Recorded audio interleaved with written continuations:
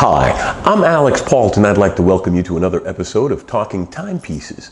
Today we're going to talk about 3 hand-wound chronographs. Now, those are watches that are distinctive in 2 ways because, well, first off, a chronograph is the function that gives a watch the ability to act as a stopwatch. In other words, you've got a button on it to stop it and start it, and another button to reset it, or in a nicer watch, maybe only one button to stop and start and reset. They call those mono pusher chronographs, but I get ahead of myself. Watch check, I'm not wearing a chrono today. I'm wearing my Hamilton khaki. It's a very nice piece. I've worn it before on the show. It's a really nice day-to-day piece. I'm wearing it with a Sniper Bay NATO strap. It's a nice little band. And I've started wearing a second watch for second time zone occasionally. I'm wearing a very, very nice old German piece called a Gawa. Actually, it's a really nice piece. I saw it a couple of weeks ago and picked it up for 250 euros, which is not a bad price for a vintage sports watch. And it's got a lot of very, very nice features. Very nice features. For example, let me see if I can get some focus on here. It's got brushed and polished case. They actually took some effort in the case. It's got a countdown omnidirectional bezel. It's not a locking bezel. It's a countdown bezel, which is interesting. And although the lume is pretty faded, it still has some very nice indices. And it's a sharp-looking watch. And it's a little twee. It's on the small side. I've got big hands. So I've started wearing my smaller vintage watches as second time zone watches and on the offhand. Like right now I've got this set for New York time. My mom lives in New York, and it sometimes behooves me to be on top of the time so I could give her a call. I mean, obviously I can look up world time on a phone, but having the second time zone on a watch on your wrist really makes you mindful of it. It's literally in your face.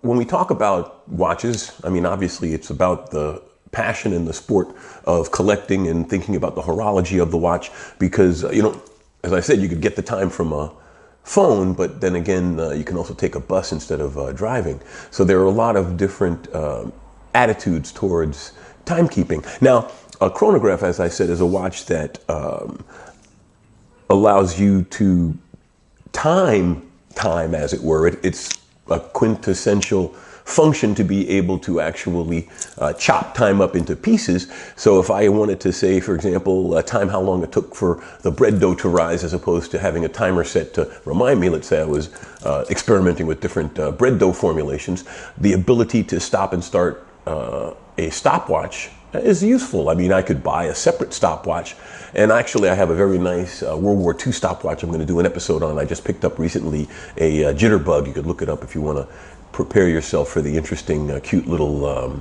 stopwatch. And I'm, oddly enough, even though it's a military pilot's stopwatch, bombardier stopwatch, very serious business, because of its interesting nature, it's actually almost a cute timepiece, even though it is a battle-tested, pretty rugged timepiece in and of itself, stopwatch. But again, I digress. A stopwatch function in a watch is just another additional way that the watch can be useful. Yes, you can time things on a cell phone, but if you're trying to do something with both of your hands while you're timing something, then you either need a helper or a chronograph watch. Now, I have 3 from my collection here. One is the Dugena. It's an old piece from the 70s, and it's got a very beautiful retro look to it. And, well, it's not retro, it's a vintage look, but I mean, that kind of styling is coming back, so I guess you could call it a vintage look that's inspiring the retro fashion of today. And I've got the, to throw the word quintessential back into the mix, I've got the Speedmaster, the Omega Speedmaster, which is iconic, quintessential chronograph. It's been to the moon. It's one of the most reliable and respected pieces in the industry, which actually brings me around to the aspects of a hand-wound chronograph. in that they are more rugged than an automatic chronograph because without the oscillating weight inside, it becomes more durable. Because let's say, for example, in the case of the Speedmaster, right, I got my Speedmaster right here. I'll bring it up again when I start talking about it. But it says right on the back, flight qualified by NASA for all manned space missions. The first watch worn on the moon. As a gentleman who I don't think I need to name once I say it, the man in the effing moon watch, Mr. Paultre. But the thing about the hand-wound aspect, it has two very positive factors, one more tangible than the other. One is that a hand-wound chronograph, as I said, is more robust because with no oscillating weights, it can take more shock, it can take more vibration. There have been notably automatic watches that have gone into space, specifically the Seiko that Colonel Pogue, they call it the Pogue now. Good tip, you can get something named after yourself if you're a really cool person like Colonel Pogue was, and you do something a little bit colorful, which is, well, that's why Elvis wore a Hamilton Ventura, right? You know, watches do give a bit of personality. So you can take a automatic watch into space, like the SIN 142, which has been into space several times as well. But a hand wound is a more rugged movement by definition because there is nothing inside that could swing wildly, break off, cause issues within the mechanism with a lot of shock or duress. So in fact, one of the other watches that we'll be talking about, I'll go into that as well. But a hand wound chronograph then is a reliable, rugged piece that allows you to time things in a very distinct manner. So let's go to the first one. This is the Junkers 6520. It's an open heart chrono. The thing about Junkers is that they're a very nice German micro brand, and they licensed the name from the old aircraft company. You know, a little bit of German heritage there. And if you'll notice, it's an open heart, right? The movement's in there ticking away. And this one, interestingly enough, it's a German company assembled. The watch is designed and assembled in Germany. It's a very classic Deutsche Fliegerstil, German pilot's watch style. You can see the crown, very typical crown. It's got, in this case, the little triangle that you normally see on German aviation watches is actually engraved into the bezel. But this is, the layout is a standard typical German pilot's watch. In this case, a chronograph open heart, which is a little bit of an interesting presentation. It does take away a little bit that it actually says open heart on the face, but you know, because it's kind of obvious that it is. But one of the things I like about this piece is it's also display back. So there we go. And in this case, if you notice the lack of dornishment, there's no perlage or Côte de Genève. This movement is actually Russian. It's the Polyot 3133. And it's pretty by its own elegance of the movement. And again, without a counterweight to wind it, you can also see the entire mechanism. Now, the Russian movement is notoriously very reliable. There we go, let's engage it. Now it's off and running. And there we go. Let's stop it and reset. As you see, it's a cam pusher design. It's not a column wheel, although the column wheel is more popular because, well, I shouldn't say popular, more desirable because of the care that goes into the manufacture, the effort, the elegance of it. But cam movement is actually, with pushers, is actually very robust, very reliable, and has been used in not only this watch, obviously, the Polyot 3133 has been used in Russian military watches, parachutists, airborne troops, as it were, mechanized troops. And having been in the military myself, I can totally vouch. You ride in an armored personnel carrier for any length of time, and everything in your pockets and on your body, including yourself, better be freaking vibration proof. So, very rugged, very reliable, and yet in this case they managed to really make it an attractive piece, something that you can wear on your wrist and really have a nice time with it. It's a pretty piece. It's got the, as I said, the very classic German pilot's watch design. I've got this on a leather NATO. I thought it really brought out the whimsy of the delicate of the open heart. Actually, open heart's not delicate, but you know what I mean. And the ruggedness of the Russian movement on top of the German pilot style. I thought it made a nice presentation like that. And if you have any thoughts on it or suggestions on another strap for it, let me know. I'll post below. Now, the second watch we're going to talk about is Dugena. This is a beautiful piece. It's the Inca Block anti-magnetic chronograph. Inca Block is basically the shock proofing that they put into watches at the balance wheel. It's that little spring that goes over the jewel. In fact, let's see, I should be able to show you one on the Russian piece. Let me look.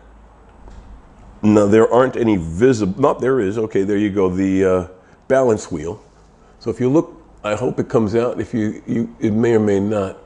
But yeah, there you go. If you look closely at the balance wheel right here on the top, you'll see there's like a little spring clip on top of the jewel. And that's the Inca Block technology. Now, when it was new, it was so popular, everybody put it on the face of their watches. You'll see lots of watches that say Inca Block. And a lot of them will say Inca Block 17 jewels because it's the value 7733 in almost all of them. In fact, that was one of the reasons I picked this one up specifically, is that I knew that it had the 7733 in it, which is a very reliable, very high quality movement. And a lot of manufacturers replaced the mainspring with a non-ferrous mainspring and made them anti-magnetic as well. If you see, it says right here, anti-magnetic.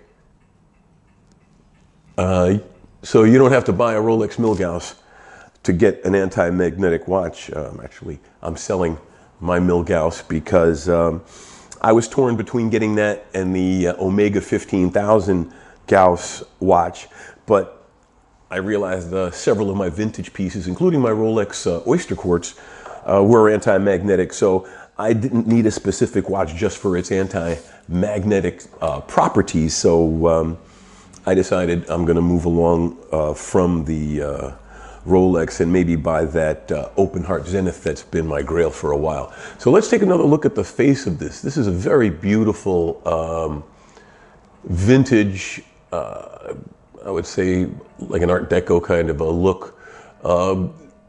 Very forward looking in the time. It's got a very streamlined look, nice color scheme.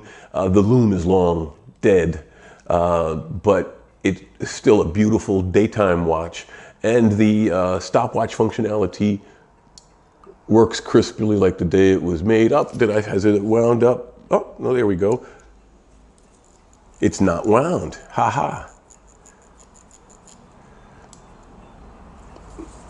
How's that for embarrassing? But you see, the stopwatch function is nice and let's stop it. Reset. Start it again. See, so I've had this watch worked on, and so it's in very good shape.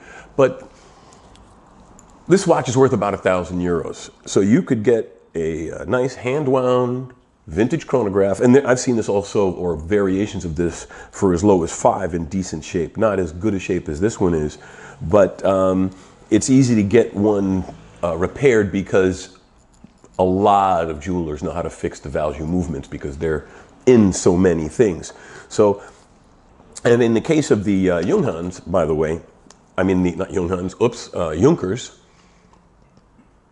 Freudian slip on the Junghans. In the case of the Junkers, this watch is, you could get one of these for about €600–700. So, That brings us to the last but not least, I would say the best of the three, and that's the classic Speedmaster Professional. It is also a hand-wound chronograph. As I said, that's one of the reasons that it became flight-based, flight certified. The movement is based on the Lemania movement. Lemania is an old classic chronograph company, watch company that the company went out of business, but the watchworks aspect of the company, the part of the company that made the watch itself, you know, not the case, but the movement company, part of the company wound up getting absorbed, and you can still buy Lemania based, well, I shouldn't say absorbed. A lot of the technology of the company wound up in a lot of places, but you can get a lot of Lemania based movements from a lot of very good companies. In the case of this is a Lemania based movement. In the case of the Sin 142, that's also a Lemania based movement. They're, again, the elegance, the clarity of a hand-wound. The other aspect that I had mentioned, I said two. One was the ruggedness of it. The other aspect is having a hand-wound watch gives you kind of a deeper connection to time. You have to, it's almost like having a mechanical Tamagotchi. If you don't pay attention to it, it's going to die on you. So number one, it makes you more mindful of the time that you're wearing. It makes the watch more than a piece of jewelry, and it gives you a better, I don't know, feel for the passage of time, because of course the hands of a watch represent the virtual sweep of the sphere of space, as it were. You know, the movement of the stars, the movement of the sun, movement of the planets, the whole circular timekeeping aspect is carried through in a watch. So a hand-wound watch is a very, very, I would say, vintage connection, not an archaic connection, historical connection to the very first timepieces and the whole mechanical maintenance aspect of supporting and maintaining a complex mechanical system.